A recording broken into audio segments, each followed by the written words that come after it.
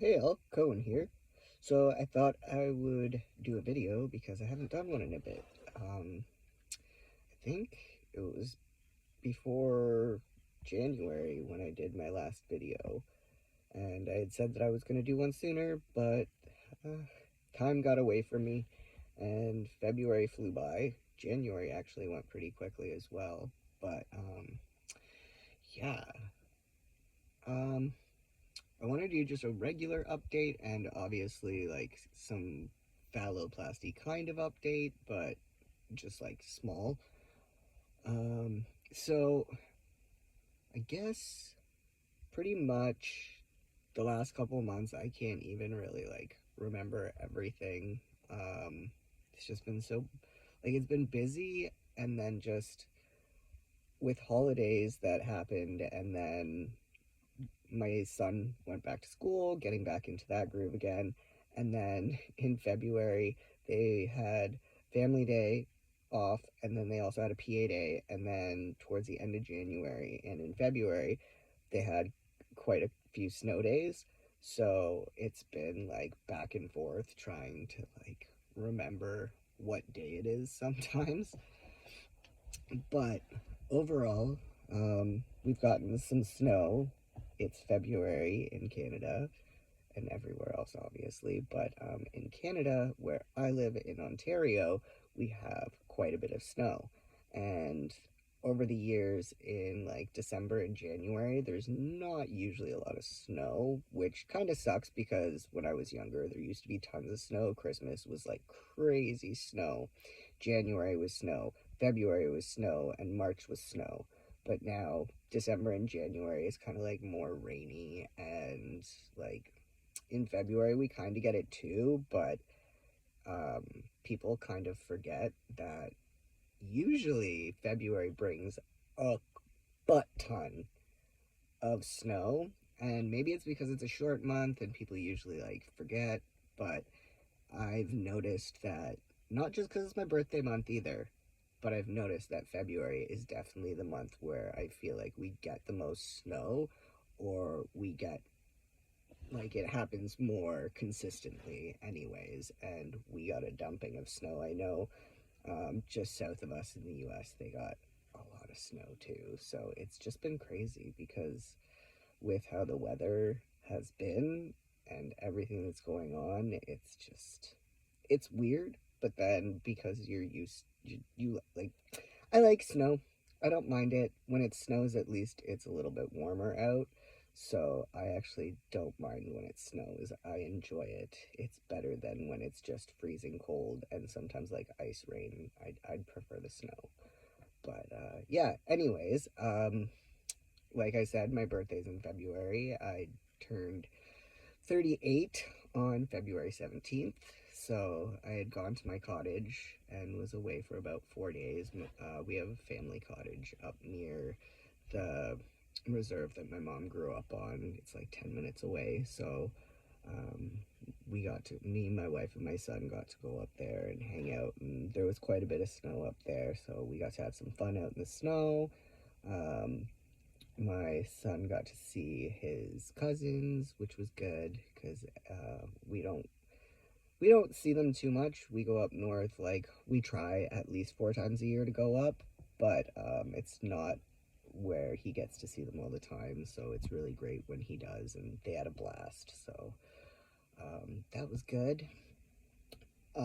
Something I'm excited about, if you didn't know, which you probably should, but I am a huge Trixie Mattel fan. And every time, actually, that I like when I went for my surgery for phalloplasty in San Francisco the first time, so for stage 1, I was there for 35 days. And um, there are these parties that get thrown called Iveta parties, and those were going on while I was there. And Trixie was actually performing quite a few times. I don't know what the drinks cost, but the cover to get in was only $10. And unfortunately, the nights that she was on were the night before my surgery, so definitely couldn't go. And like obviously directly after my surgery. So, yeah, I had missed my shot to see her for like $10 because of surgery, but obviously worth it to go get surgery done. Also, I was in San Francisco and the Avetta parties happen in LA, so that would have been a 5 hour drive, and post op wouldn't have been good. And the night before surgery definitely would have not worked out ever. But I actually did get to chat with her on Instagram prior to me going to surgery. And she wished me good luck, which was really cool. But every time that I have been somewhere, generally, like I was in Surrey, BC, for my sister's wedding last summer, and so not this. My sister's been married for a year as of this July, so I guess it was the July prior to that. But yeah, the week that we left, that weekend, I believe, was Vancouver Pride, and Trixie Mattel was performing. And I know some people that got to go see her, and I was so jealous. And then there have been times when she has been like in Toronto or Montreal, and I have been either out of the country or not in the vicinity, but she's been in the like close to where I would have been able to go.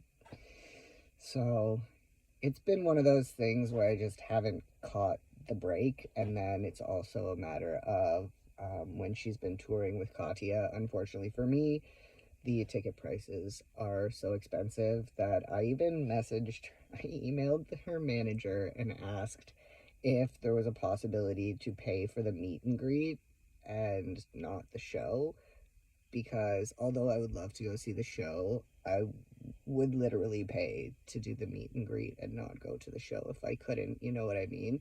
And he actually like looked into it, and unfortunately the venue that they were performing at, the meet and greet was taking place inside the area where they were performing, and there was no way to kind of like make sure that people that only did meet and greet got out, so that wasn't an option. But it was really cool that they actually messaged me back and like let me know, because I was like on my email and nobody's gonna respond to me because I'm a nobody, and this is kind of really silly of me to ask, but you know. So it's not worked out. However, Trixie is coming to Toronto in April, and I had sent my wife the link to the tickets. It's for her Solid Pink Disco tour, and I didn't think that it would be one of those things where it would happen, because again, the ticket prices, they were cheaper than what the Trixie and Katya tour were, but they were still quite expensive for us.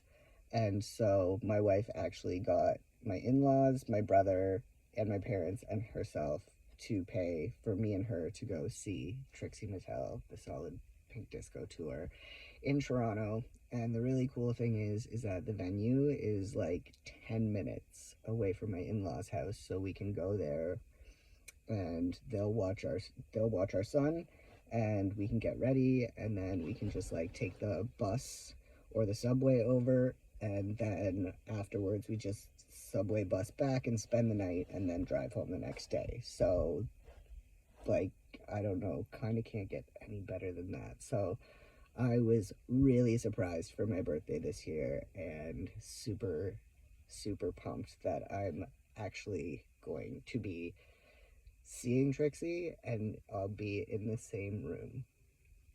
Um, like, honestly, I don't even.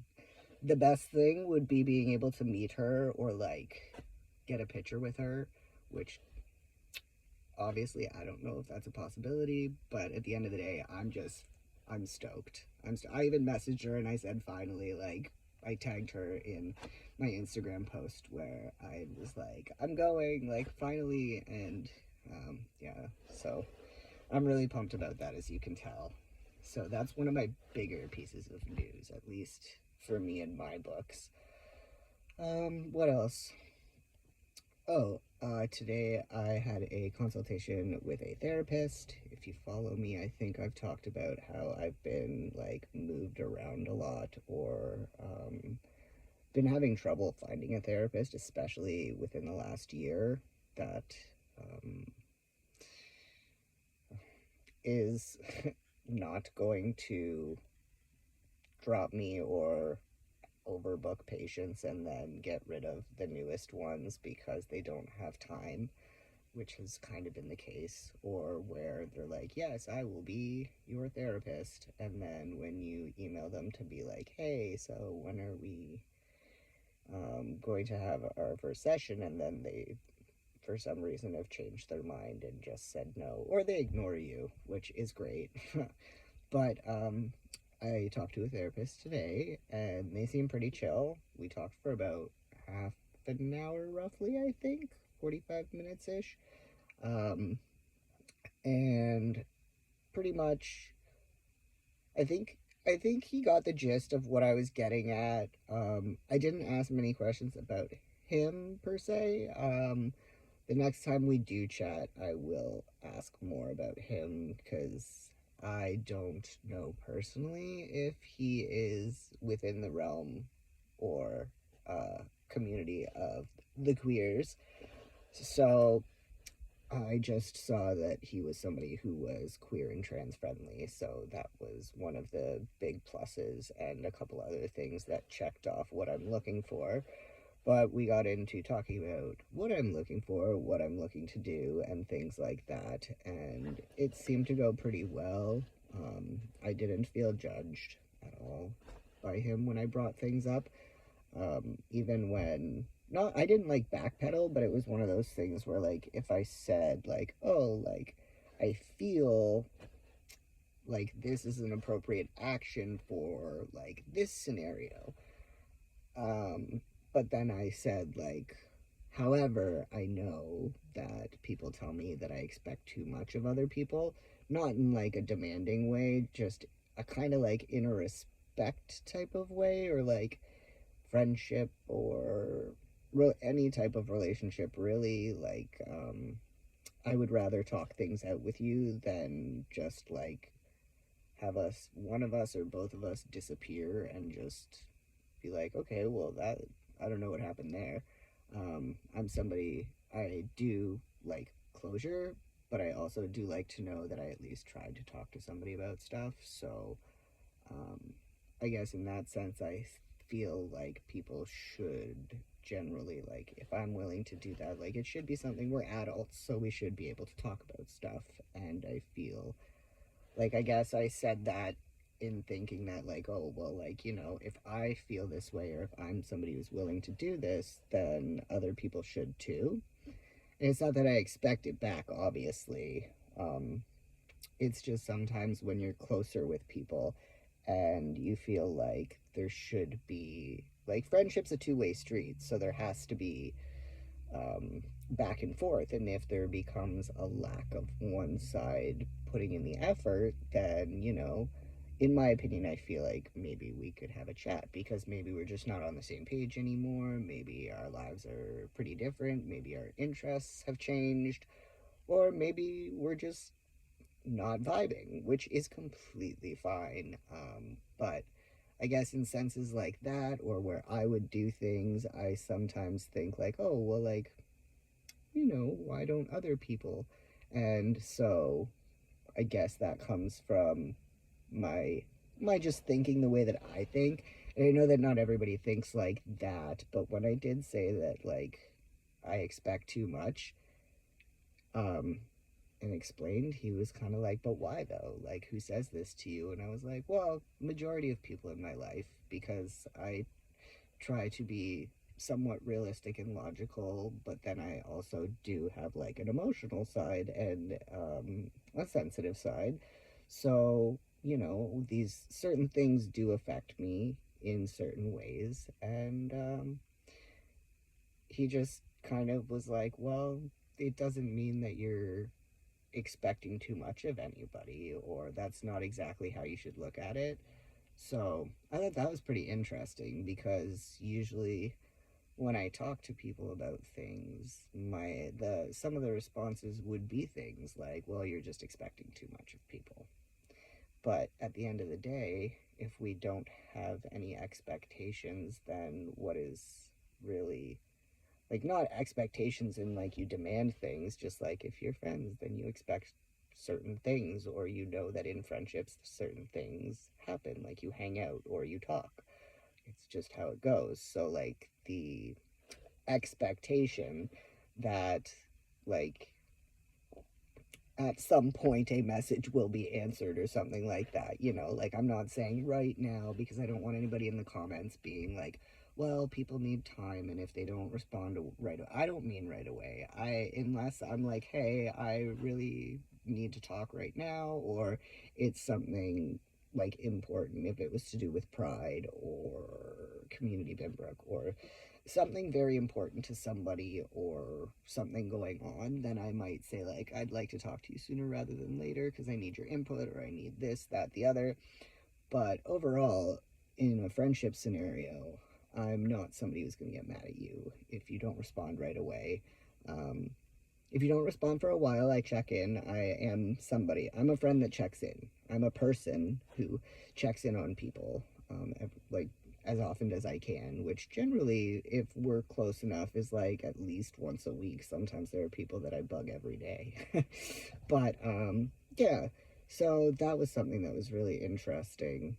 And so I'm going to start seeing him over Zoom, and hopefully we're gonna start from like very beginning and whatnot. So like even like, so we're going back to childhood.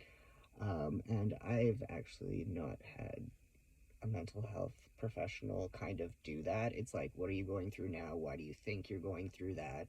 And what can you do? And then usually that's as far as we get, or we get a little bit further and then they switch jobs or they move or something like that. That's just been my experience. So I'm looking forward to that, and hopefully this will be something that sticks for a while, because I would actually like to get through a process of trying to figure out what I need to do for my mental health. And my mental health doesn't stem from being trans or things like that. So I'm really more I'm focused on mental health and not anything to do with being trans, really. So yeah, that's another update. And for phalloplasty, so I have reached out to my surgeon who did my first surgery and said, because of the way that things are in the US right now, and previously I had been going to Austin, and Texas is not somewhere that I would like to go as a trans person right now. I've talked to some friends that live in Texas, and even though Austin's super great, just not a great place to be right now. And like, I feel bad for like those of you that I don't even know, any trans person in America right now. I don't even know what to say. It's complete and utter bullshit, to be honest, and I'm sorry. Um, so I talked to my surgeon that I had prior, because they're in LA and I think also San Francisco. They might have a practice there as well. I can't remember off the top of my head, but just asked if what I am going to try first isn't accessible, then if he would do my minor fixes for me so that I don't have to go back to Texas. And also his clinic is now covered under OHIP, so I would be able to do that. My first thing that I'm trying to do, though, is that there's a urologist where in the city that I live in, and they removed my bladder stone, and then they also removed my testicular implant when it was eroding out. So, because I have a small fistula, and because my testicle is sitting a bit too high, I have an appointment next week on Tuesday, March 4th, and I will be going to see that urologist, and I'm going to ask them if there's any way that they can close the fistula and lower my testicles so that I do not have to go back to the States actually to get that fixed. Logically, because these urologists also do things for cis men, and now it's a matter of, so like I have testicles and I just have a small fistula, which are things that they can fix on cis men. So it's pretty straightforward now that I would, like, they should be able to do it. However, surgeons that are covered under OHIP have to be under WPATH. So I don't know if that's something that would be doable. At the end of the day, once we are done with our phalloplasty journey with our surgeons, it's not like they're our lifelong surgeon, except for if you have, like, the erectile device that needs to be replaced every so often. I would assume that most people go back to the surgeon that they originally had, but that surgeon is not your ongoing caregiver for any urological issues after you have healed from your surgery or you are done going to their clinic. That would be a urologist that is close to you, or some, like, hopefully close to you. And at the end of the day, it's kind of disheartening that even like GPs and urologists kind of are just like, I don't know, like, I don't know, go talk to your surgeon. It's like, if it's not one of those things. So I don't know if it will work, but I'm going to see him, let him take a look, and see if there's any way that I would be able to just get the little, it's literally a pinhole, but it still leaks, and I still have to put my finger over it. So I'd just like to stand to pee without having to put my finger over a hole and worry about dribbling on myself. Um, I also find that the fistula sometimes holds urine back, so I have to like shake a little bit more after. Um, but either way, like, at the moment, it is what it is. So I'm going there, seeing what they say. If they say no, then I'm going to be contacting my surgeon that I originally had, because he said he would 100% be willing to help me out, which is amazing. And he was amazing when I had him. So I'm not, it's nothing against my surgeon in Texas, nothing against Dr. Crane. It's just going to Texas is not something, I don't think that my family would let me go either, to be honest. I'm not trying to be like, oh, fear mongering type thing, but just personally, especially not being an American citizen, being a Canadian trans person, not knowing what traveling would be like, and knowing that Florida and Texas are just being listed as like, do not go if you do not have to. So that's where I'm at with that. So I will know more on Tuesday after my appointment, and then if it's a go and they'll do it, then I'll be able to be fixed at home. And if it's not a go, then I'm gonna have to look into going back to the States, and I believe LA or San Francisco is going to be where I would end up going. So that's going to be a whole whackload of stuff to have to do as well if I have to go back. It'd be so much simpler, so much cheaper, so much easier, because I literally live half an hour from where the hospital is, where the urologist is that I'm going to see, and that would mean no plane tickets, no Airbnb, no staying away from home for like 2 weeks, no having to deal with Ubers and stuff, and all that kind of, just like the stress of traveling and everything too, because that always affects me, especially in the healing process, I find.